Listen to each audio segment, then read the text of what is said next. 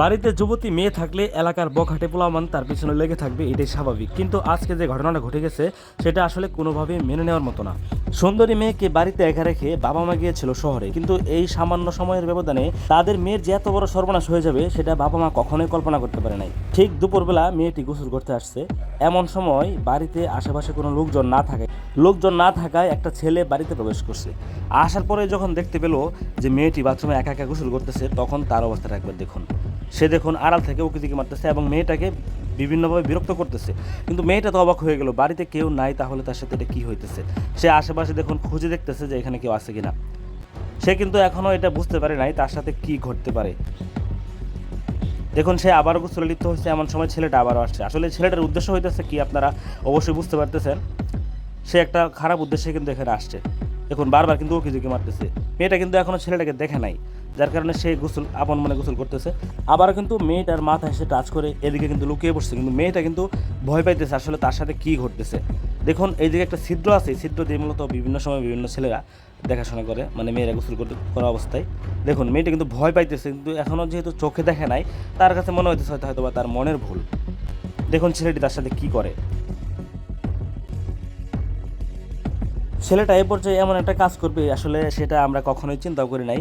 দেখুন পাশে একটা গাছ থেকে ফুল নিচ্ছে, মূলত তার ইচ্ছা হইতেছে মেয়েটাকে এখন পটানোর।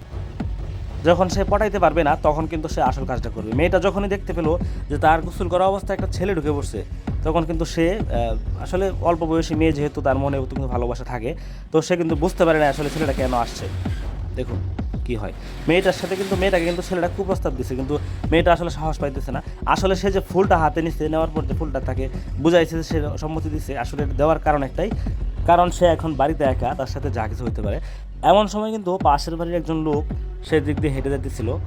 বিষয়টা আসলে মেয়েটা ভয় পেয়ে গেছে যে আসলে এখন যদি আমাকে এই অবস্থায় দেখে ওরা, তাহলে কিন্তু আমার বদনাম হয়ে যাবে। এটা ভেবে সে কিন্তু মানে এখন এক প্রকার আটকে গিয়েছে এই ছেলেটার সাথে, না পারতেছে এখান থেকে বেরোইতে, আবার না পারতেছে কিছু করতে। আসলে এইভাবেই কিন্তু মেয়েরা ছেলেদের সাথে প্রথমে সামান্য কথা বলতে যায়, কিন্তু তারা বিভিন্নভাবে আটকা পড়ে যায়।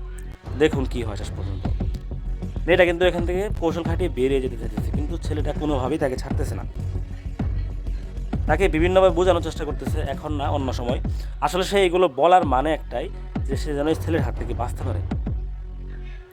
দেখুন কি হয়, তাকে দেখুন গোসল করে দেওয়ার করতেছে। লোকটা কিন্তু এদিক দিয়ে আবারও আসতেছে, তিনি কিন্তু এখনও কিছু বোঝে না। আসলে তিনিও যদি বিষয়টা বুঝতে পারতো তাহলে হয়তো মেয়েটা সেফ থাকতো, কিন্তু মেয়েটার সাথে যা হয়েছে সেটা আসলেই কোনোভাবেই মেনে নেওয়ার মতো না। মেয়েটা ছেলেটার কাছে হাত জোর করে অনুরোধ করতেছে তাকে এইখান থেকে ছেড়ে দেওয়ার জন্য, কিন্তু কোথায়। ছেলের তো আসলে উদ্দেশ্য খারাপ, সে আসছে তো মূলত অন্য কাজের জন্য, অপকর্ম করার জন্য। প্রিয় দর্শক, এই ধরনের ঘটনা আমাদের সমাজে অহরহ ঘটতেছে। আজকের এই ভিডিওটি বাস্তব ঘটনার উপর ভিত্তি করে বানানো হয়েছে। অবশ্যই ভিডিওটি দেখার পর শেয়ার করে দিবেন, কারণ এই ধরনের ঘটনা এখন সমাজে অহরহ ঘটতেছে।